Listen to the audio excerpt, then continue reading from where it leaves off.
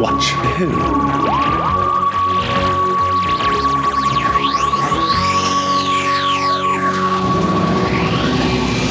Hello. And welcome to Watch Who, a Doctor Who podcast. I'm Mark. I'm Sarah. I'm a Doctor Who fan. And I'm new to watching Who.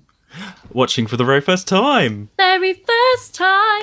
Yes, and it is a new start, a new year, a new Doctor.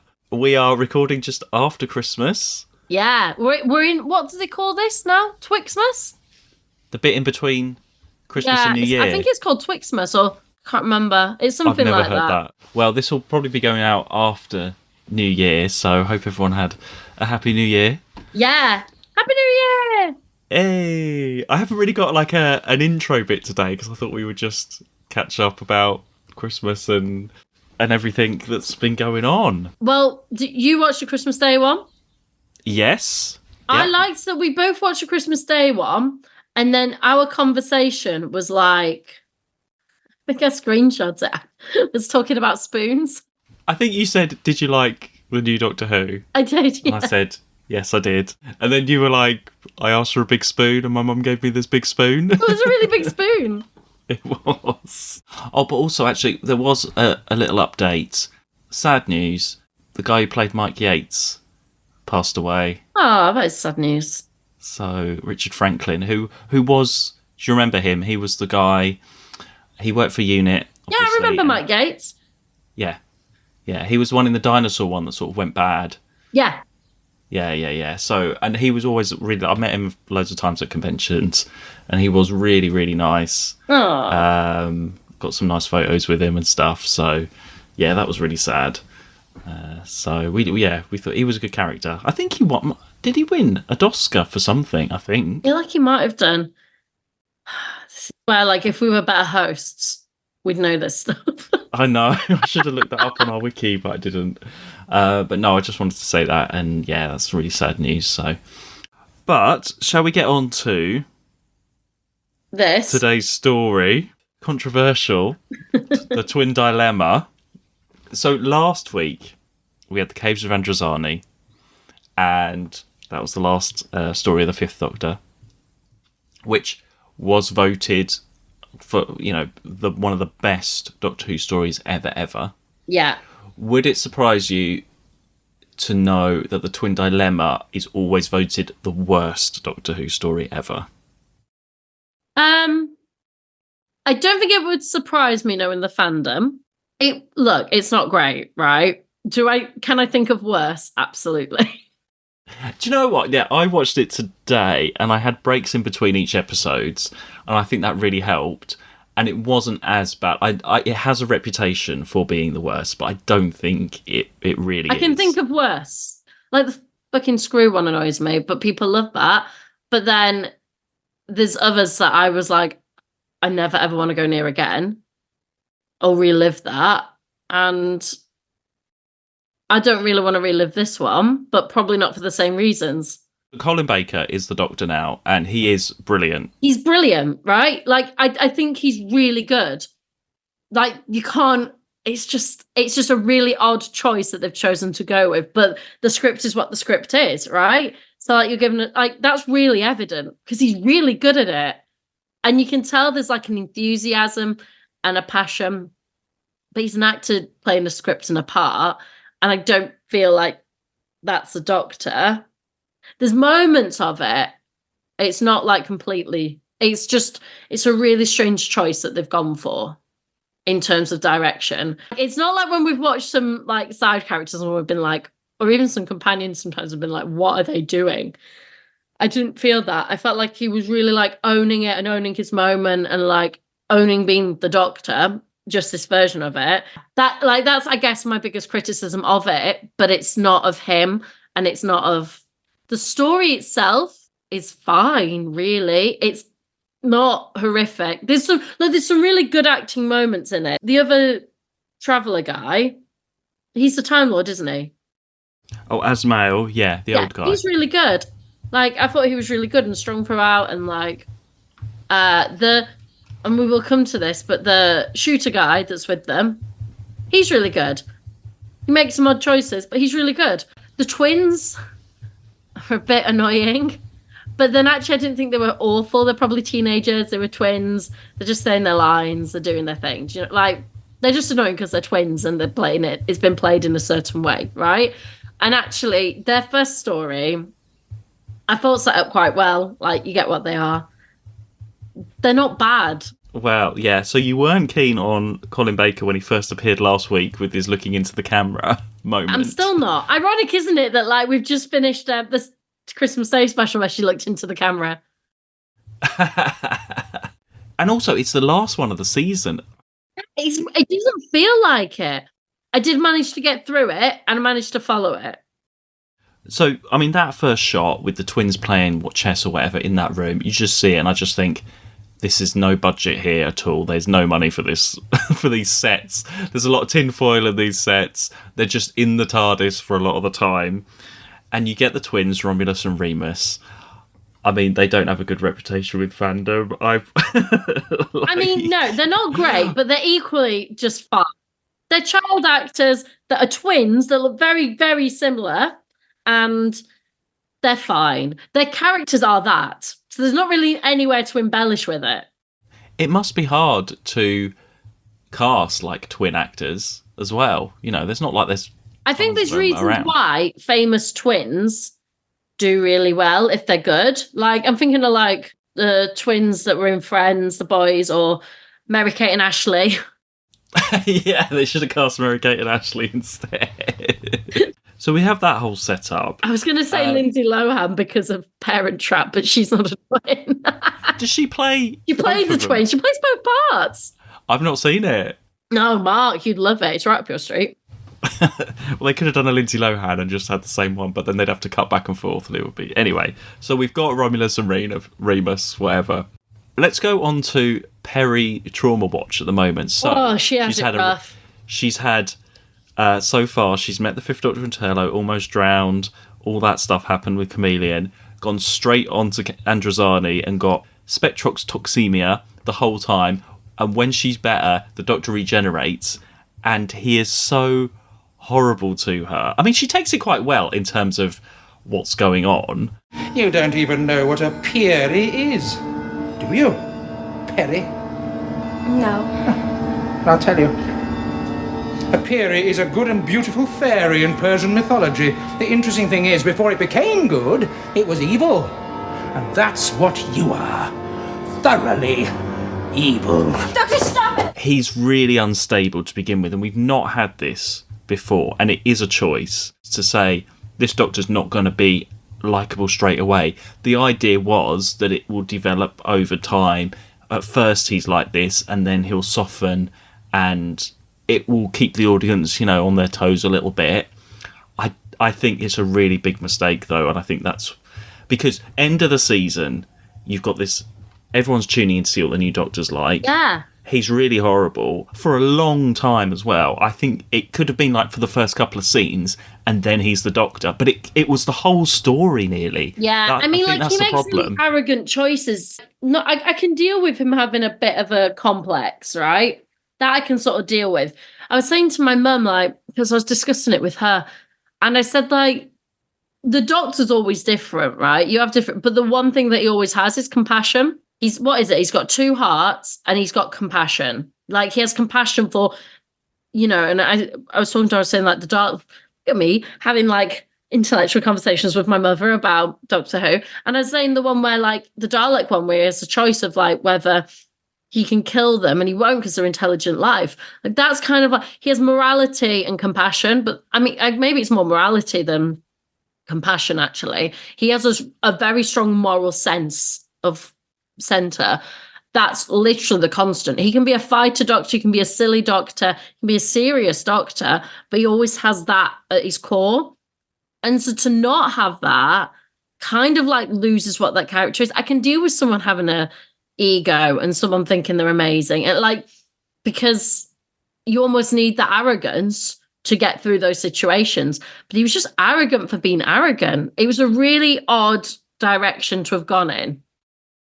Yeah, and when I mean, again, this is famous for he tries to strangle Peri. Yeah. Poor Peri. This is, again, trauma watch for her. I think it goes up to like an 8 on the trauma scale here, because she's in this situation. She still doesn't know the Doctor very well. He suddenly changes, and it's all in the TARDIS as well, where you're supposed to feel safe. Where can she feel safe? Like, if he's turning on her, because she's upset that later on that she thinks he's dead or whatever.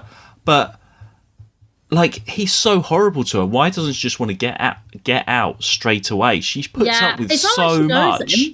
She doesn't know it. She could just walk away and be like, okay, now you've done this. This is like, I don't know. It doesn't feel realistic in any way that there's a relationship there. The conversation in the wardrobe is really strange. It's like, it's two people that don't know each other, and that's really evident. And also, I think some of the things she was saying, I just didn't believe it. Yeah. Yeah, I mean, but there is later on in part 3, there is that conversation, which I've not really noticed before, where he says to her, I've been so horrible to you, why are you even bothered that I'm still alive? And she says, well, I've still got compassion. She does say that. I've not noticed that before. And I think maybe, is that put in just to show why she's still there? He has his moment, doesn't he, where when he finds out she's missing and it's that cliffhanger, he goes, Peri! It's a horrendous cliffhanger. He does grow, but I can't. It's too long, that first episode of him not even. They bring that. It was weird. They bring that guy in. He's like, I can't remember what he says. He's like, oh, just get rid of him. It's so distant. And I wish there'd been more moments of like, if we could see that this was like a developing thing, there could have been more moments of like change. I don't know. But he's supposed to sort of have these moments where suddenly he's all right and then suddenly he's like really violent and unstable. But I don't think it works because, like with the Fifth Doctor, I mean, I know he was in a box unconscious most of the time, and you had Tegan and Nyssa, and Tegan stepped up and was like, right, we need to get the TARDIS sorted, we need to do this. Peri sort of does that in a way. She's like, look, we need to work out what's going on here with this Hugo guy, the police guy that's in there and everything. But it just doesn't, I don't know, it just doesn't work in the same way. And I think Peri really tries, but she just...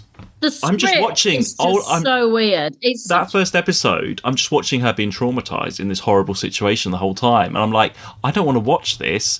I don't want to be in this adventure because everyone is just really horrible. And I'm just watching her put up with this terrible person. It's a shame because the thing is, you can see the potential of Colin Baker as an actor and what he's brilliant. He is absolutely brilliant as an actor. This is the Sixth Doctor, not Colin Baker. We're talking like Colin Baker is brilliant, and he's a really nice and person. You can see that. But equally for Peri, like we've seen how like confident she was. Like you see it and it's just a really poor script. If you're asking me like what, I just think it's a really poor script. It's people really trying and really giving with a wet flannel. Yes. Yeah. Kind of like, they're trying to clean up a mess, but they haven't got any soap. So they're just rubbing it. And they are trying, but it's not scrubbing up. Well, okay, let's look at some other points then. We see the TARDIS wardrobe. That's cool. We love seeing the TARDIS wardrobe. Yeah, but it's not the TARDIS wardrobe, is it? It's a closet of clothes. That's the TARDIS wardrobe. That's the room, isn't it? Yeah, but it's not, because when we've seen it before, it's a big room. And there was nothing they could have used some really clever trickery to make it seem bigger. They obviously don't have a lot of space. I want it to seem like a full room. They could have used some like paint backdrop that made it appear long or something. Do you know what I mean? Like they could have used like a mirror effect or something. It's supposed to be this vast space. It looks like a closet, like an over the top closet with some rails and stuff in and like stuff thrown everywhere. But like we know, but when we've seen it's big, it's a freaking TARDIS. It's a massive beast. It should be huge. Okay, well, speaking of clothes then, so clothes watch, big one here. Sixth Doctor's costume. Yeah, it's odd. Again, this all comes down to that scene where she's like, you can't wear that. And he's like, yeah, I can. So the idea is he's supposed to be tasteless. He's supposed to be brash and tasteless and, opposite to what we've just had with the Fifth Doctor. I mean, the Fifth Doctor's outfit wasn't exactly, subtle, but this is like And everyone again talks about the Sixth Doctor. Why did he have that? That's what the producer wanted. They wanted this thing to stand out. It's very costume-like. I like the cat. Oh, but he has a cat badge, and if we keep an eye, he changes his cat badge, and then Does people he? used to send in their own cat badges for him to wear. See, that's cute. So that's nice. I like the cat badge. I like that he was rubbing it when he was moving. Yeah, but Colin Baker always says when he first got the part, they were like, "What do you want to wear?" And he said he wanted what like Christopher Eccleston wore. He wanted like a leather jacket, like a black leather jacket and stuff. And he always, I think he's embraced it now, and people dress up at conventions and things, and you know it's great for that kind of thing nowadays. But back then, it wasn't seen as the, you know, it was like, what is this? For all this time, it was like, oh, you're the one stuck with that costume, because in every scene, I mean, I suppose though, for the leading actor, he stands out in every scene. I suppose that's a good thing. But it's a shame because he's got great charisma. Like he's got great presence. You almost don't need the costume for it. It's a weird choice they've gone with. Equally though, I think it fits into this whole he's an eccentric. I just took it as like he's eccentric, and she knew, because let's be honest, the other Doctor also, that was a bit of an eccentric outfit. They're generally a little bit quirky what he wears, and it's sort of, that's kind of the fun of it, isn't it? But I suppose we're in the 80s now, and I suppose it's again an eye to costume and merchandise and things, and that will stand out on things. But I didn't think of it any more than like it's just bright, and you know, it's not a cape or anything like that. It's just bright and over the top. And like I kind of thought to myself, where have you found this in the wardrobe? Like, where has this come from? At what century or time did this appear that you thought, I'm going to take that back and keep it on the TARDIS just in case? Yeah. What do you think of Peri's outfit? She gets a different outfit. I enjoy her little outfit. It's very 80s. Do you know what it reminds me of? I can think of friends in the 80s who were born in the 80s in their like 2-year-old like costumes, wearing that tartany top and a nice flowy skirt. And I can imagine, like I was just showing you my pictures. Me, I can, like, it's that 80s sort of look. The weirdest choice though is Hugo, the policeman, when he goes into the wardrobe room and gets changed and gets a glittery dressing gown thing. So I said to my mum, I was like, here's this man's journey, right? He's a soldier.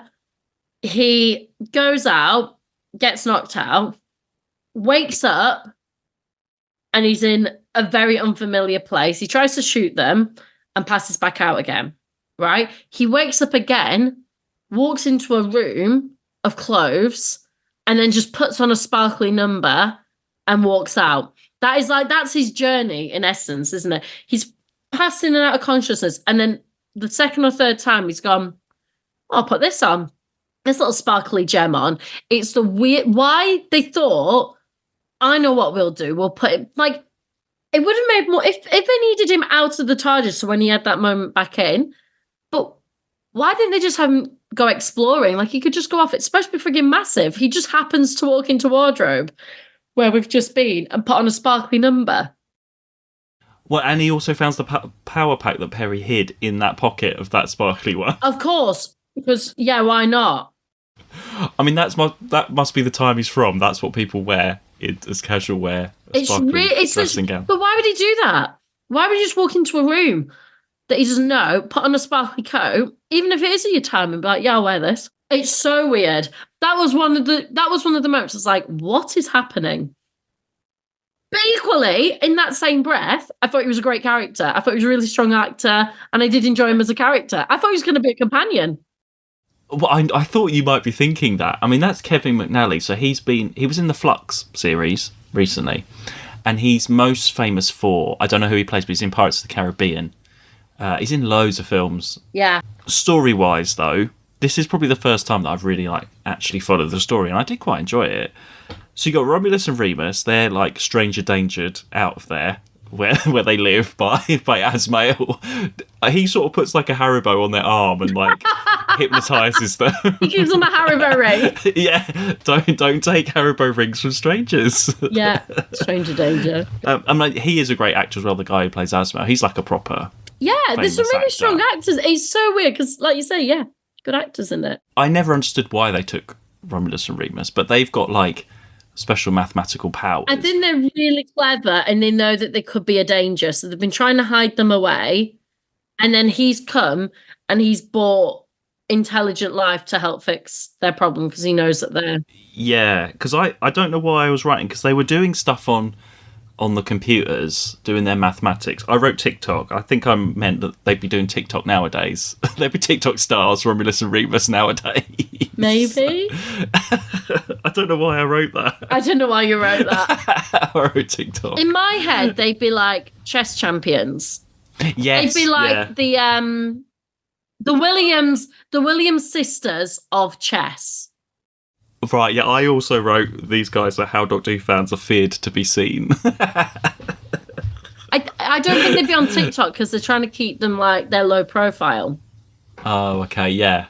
I bet there's a maths TikTok community. Oh, I'm sure there is. And then, so then we go to, there's a whole thing where the Doctor and Peri land on this planet and they find, well, they're in the dome thing and they find Asmael and all of that, who's a Time Lord. That's quite interesting. So there's all of that. I didn't understand the bird people to begin with. No. And can we just talk costume with the slugs? Oh my God. So again, they're awful. We've run out of budget. Well, actually, if we start with the bird people, because... I quite like the bird people costumes. But they don't need to be bird people. I feel like they're like, we're end of season, we've got no budget, all we can afford is a bag of feathers. What can you do? And they, but they could have just been they could have been just silver aliens. They don't need the horns, they don't need the feathers. It doesn't add anything. It just confuses things and make them look terrible. Just have a bit of 80s makeup, which we've seen before. Just leave the feathers out of there. Save your money. Don't spend on the feathers. But equally, I preferred bird people costume to slug costume. Oh, Slug was awful because he couldn't move. It was just like... He didn't look like a slug. He didn't look slimy at all. He kind of looked like a butterfly without its wings. He had big eyes like a butterfly. Yeah. And if you've removed its wings, that sort of body. It's sort of like the caterpillar in Alice in Wonderland, that kind of thing, isn't he? Not a slug, though. It's not slimy. Slugs are slimy. He should be like shiny. He should literally. It feels like they covered him in hairspray instead. He's the right shape, though. I think we should do another baking challenge, and I was going to say we should make Tegan and Turlo, but I think we should make Mestor. Mark, the he looks like a shit. No, but like a grey, and he had like red on his tummy. It could be like red velvet cake. I think we should do the Mestor baking challenge. Mark, he just looked like a giant shit that was grey. No, I've seen similar things come out my bum. Like, oh my God! Oh my God! It's true. He looks like a giant grey shit. No! Oh my God! With arms and big eyes. He does. No, he wasn't great. And there's no mouth. There's no like movement of the poor actor in there. There's no like. What are you on about? Like, there's nothing. So you want to make a cake of something that's like a blob, like a slug? Well, you make a Mestor. You make him with your your thingies and your eyes, and make a slug cake. Okay, we won't make a slug cake then. I just thought the Mestor cake challenge would be fun, but no, okay. I don't know how I'd explain it. I don't think I'd want to eat it. Okay, what would you... Oh, well, we'll talk after. We should do another baking challenge, though. Well, I was going to say make Tegan and Turlo. That would be fun. That'd be hard. Okay. Yeah, no, but that might be quite fun. But when I saw Mestor today, I was like, that is what we need to bake. Okay. I mean, if people really want us to make a shit slug cake, we'll do let it. Us know. Okay, let us know. If we get enough people saying yes, then Sarah's got to do it. I'll make it grey instead of brown. But no, the bird people, like any of the costumes, are just terrible in this. The whole thing, even like there's just the look of it. But like of the two, the unnecessary bird people I preferred. At least they could move. At least you could tell what they were. But and at least they tried to make a beak, and they've just put a bit of tin foil on the end of his nose and pointed it and just stuck it on. It's just... It felt more effective than Slug.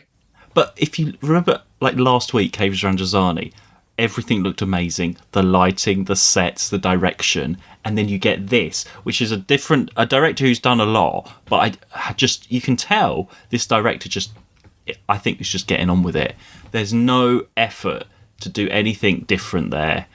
Any interesting angle, maybe he worked with the actors a lot and helped develop, I don't know. But I don't think I think it was point and shoot, let's get on with it. The lighting is bad, like just those tinfoil, like computer banks and stuff. Even like the slug trails are painted on the floor. I mean, it's not wonderful. It's just such a change as well from last week to this week. It's the biggest like fall of production. It's a shame because the weird game there were some elements that I quite liked. Like I liked their little room that they were in right at the start. I know it's a bit shit, but it's a very short period of time they're there. I enjoyed their games room. Well, they're playing chess and stuff. No, then they were on the chairs, weren't they, back to back and like. Yeah, I know. But then even like when they're in the prison thing, the sofa, like the beds and stuff are just like plastic. Why do they always do that with space beds and make them really uncomfortable? And even Asmel lying down was just on like the thinnest cushion, like lying down. It's like, why? I know it's space, but you can be comfy. But it's the 80s, I think. It's just cheap 80s. Yeah. I think we'd get something looking better in the 60s. I don't know what happened here. Well, you see, Mark, like design changed and we went away from the quality and we went for quantity. Yeah, I think we lost our craftsmanship along the way and ended up with blow up sofa beds and stuff. But in terms of the actors are doing as best they can, especially for sure. the Doctor and Peri. I mean, that is, to be honest, the only saving grace of it because a lot of them could have just like read it in. Yeah, no, they don't. They don't at all. They all give it 100%. They really do. That is literally what stops this from being, for me, one of the worst. Because I can think of somewhere they're just saying it and they're not really engaged and they're not. So the idea in the story is Asmail was head of this planet and then the slug guys came in and took over. He's working for the slug. So he's not really a baddie, actually, because he doesn't really want to capture the kids. No. He's doing it for the planet, people. Isn't he? Because otherwise they'll be destroyed. Yeah. And then the slug wants to take the two planets and bring them nearer to the planet so they can be like larder food for the space and stuff. This is the first time I've understood the plot ever watching this. I don't watch this one very much. I don't choose to watch this much. I liked your note on things. That explains it very again, and it got me thinking when I was watching the wall things. Like the what things? When they're going through the wall and the paintings are on the wall and he's explaining. Oh, he's saying about the history of what happened in the planet, yeah. Why is that always? Their history is carved into a everyone's wall. Colony, they carve it into a wall. Our history's not carved into a wall. If we were doing it, there'd be a timeline, or there'd be like a comic book, or there'd be a screen that you could like flick through. It's so funny to me that like, and now we're going to show the ancient history on this wall. I didn't get at first. I was like, well, who are Asmail's people? Because he's supposed to be in charge, but it's the bird people that are on the planet and it's the slug people that have invaded and taken over. I thought the bird people were part of the slug people, but I was like, why is it birds and slugs? But it's not. But then why? But Asmail is a Time Lord that came down to help be in charge of the bird people. That's why he's not a bird person. and also he's sort of in sync with the slug leader. Well, they've all got telepathic powers, they seem, don't they? Yeah, but they really do. There's something. Yeah, I can't remember what they say, but yeah. My favourite bit was when the Doctor and Peri were escaping from the bomb, and he did the little time thing. I thought that was quite a fun bit. But then you said that Peri's got a Kim Kardashian crying face. Oh my gosh, yeah. Part 3, I sent it you, didn't I? No, 2. Yeah.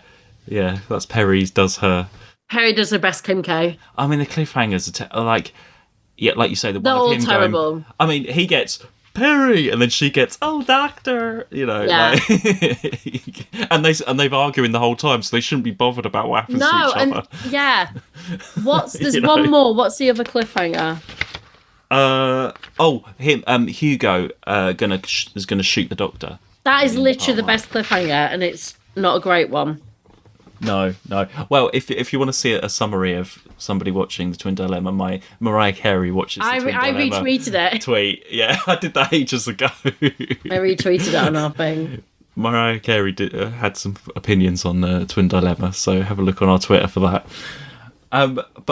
Yeah, I mean, actually, there's a nice scene where Asmil dies, and that's the Doctor. You know, he sort of sacrifices himself because it's about this slug goes into his mind and all of that kind of thing. What are you thinking? Where do you think it's going here for the Doctor and Peri? I mean, because I'll be honest, the trouble is, as it stands, I'm still not that bothered about Peri. If anything, this has made her seem weaker.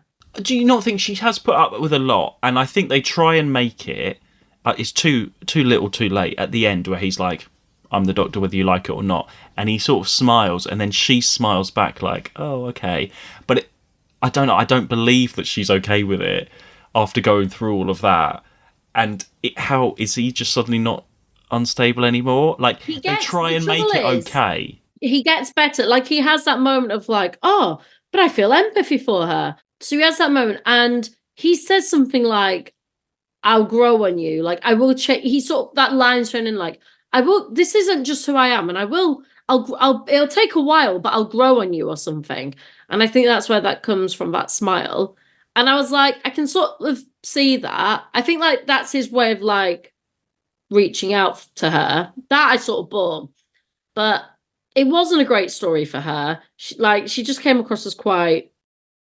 Well, apart from the whole Doctor thing in part one, she doesn't have anything to do in the actual story. Like, and actually Hugo is a great character, but he doesn't have a lot to do. It would just be more Doctor and Peri arguing if Hugo wasn't there. He's just sort of thrown into the mix to sort of argue and point a gun at lots of people. Yeah, every now and wear a sequin jacket or whatever it was. Yeah. But I think they should have done all the unstable bit. They should have finished with that at the end of halfway part one. You should have ended part one with them on the same side. Okay, this is happening, because the whole idea, he says he's going to go and be a hermit and she's going to be forced to live with him for hundreds of years and stuff. That's still how they end up there.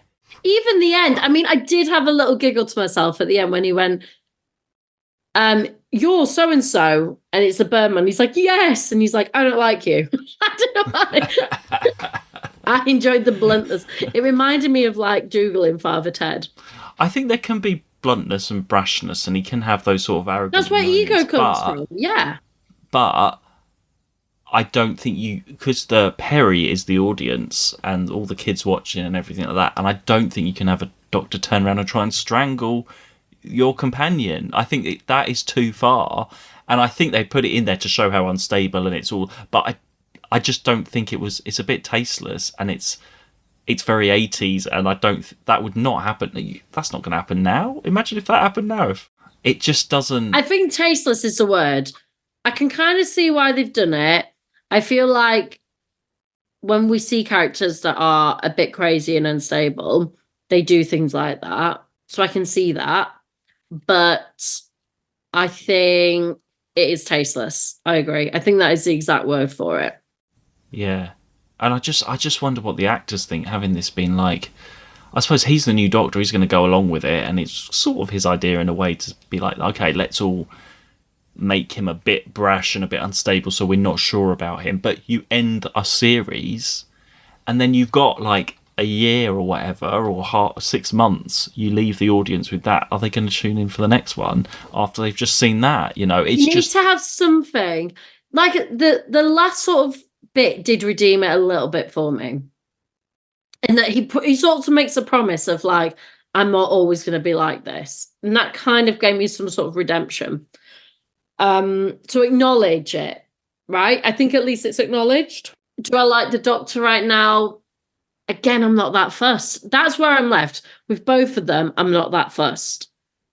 I'm not like, no, I don't feel anything towards them, either of them. And I think that's a worse place to be than loving or hating someone. I'd rather hate someone and have a feeling than I feel nothing. And I feel nothing. We've had a complete cast change from the beginning of this season to the end. All change. But Colin Baker is wonderful. This is me meeting him this year. I've met him loads of times. He's great. Ah, look at He's absolutely wonderful. And he has got his fans out there, but I think at the time it was a bit of a... I mean, that's the idea, to make a complete change and a big... But I just think maybe some of those choices were not wise. For me, it's not so much... I agree with making choices and changes, and it keeps things fresh and alive, right? But I just also think that you need to understand who this character is at their heart. And if you lose that, then it's not the same character.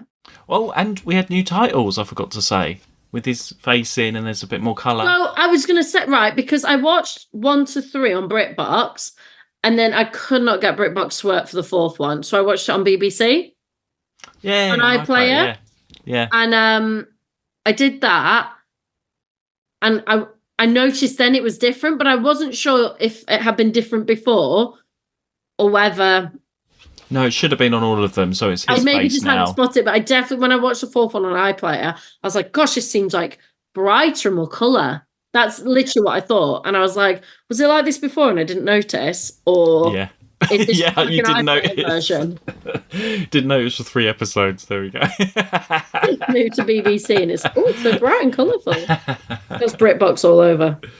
Oh, God. Well, okay, end of a season then. Oh, We've done another one. Crazy. That's crazy. So it'll be Doskers next. Oh, lots of choices there. Lots of decisions there. And some non-choices. And some bad, worst moments to pick there. Plenty of those as well. Yeah, it's been a mixed lot this time. And yeah, it's been an odd season. I think as we head further into the 80s, we're just going to, get more 80s. That's what I'm going to say. What are we on now? The 5th or 6th? 6th Doctor now, yeah? 6th Doctor, yeah. Did you know he was next? No, I didn't. No. And like until he came on, I was like, oh, I know of Colin Baker because his name then comes up in the last one. It comes up as Colin Baker, the Doctor. The Doctor, it comes up twice as the Doctor. What's he known for? I mean, he was on I'm a Celebrity a few years ago. Yeah, I remembered him. I mean, I know of him. I've heard the name Colin Baker. I know who he is and stuff. So I knew he was a Doctor at some point. In the same way that I know at some point, but I don't know when, Sylvester McCoy. So, like, I know of people being it, but I don't know when, and I don't know what.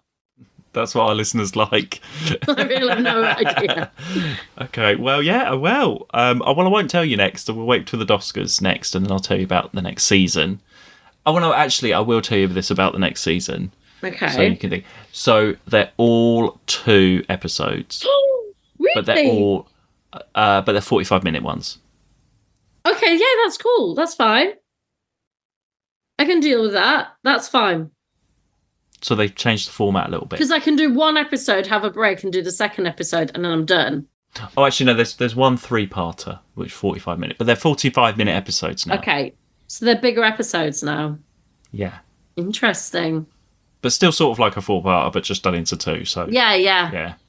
So, but you liked it when that other one was. Yeah. So maybe, I think I'll find it easier, actually. Yeah. In some ways. It's almost easier to just sit and watch. It's when it stops and you're like, oh my gosh, I've got more of this to do. When it's just like there and presented to me, that's almost easier. Yeah. Okay, cool.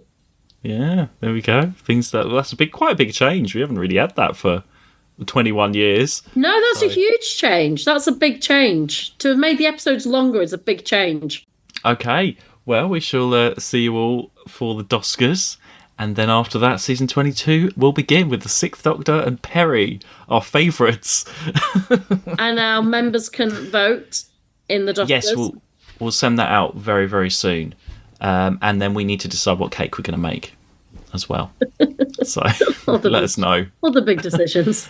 But in the meantime, follow us on Instagram and Twitter at 2WatchWho. And you can join us on buymeacoffee.com/2watchwho. Thanks, we had some new people sign up recently. Ah, lovely. Thank you very much. And yeah, make sure, if you are a member, vote in our Doskers. So you can influence the winner of the Hero Award. Yeah. Oh, who's that? Yeah, we've got some good contenders this time. Bye. Bye. To Watch Who.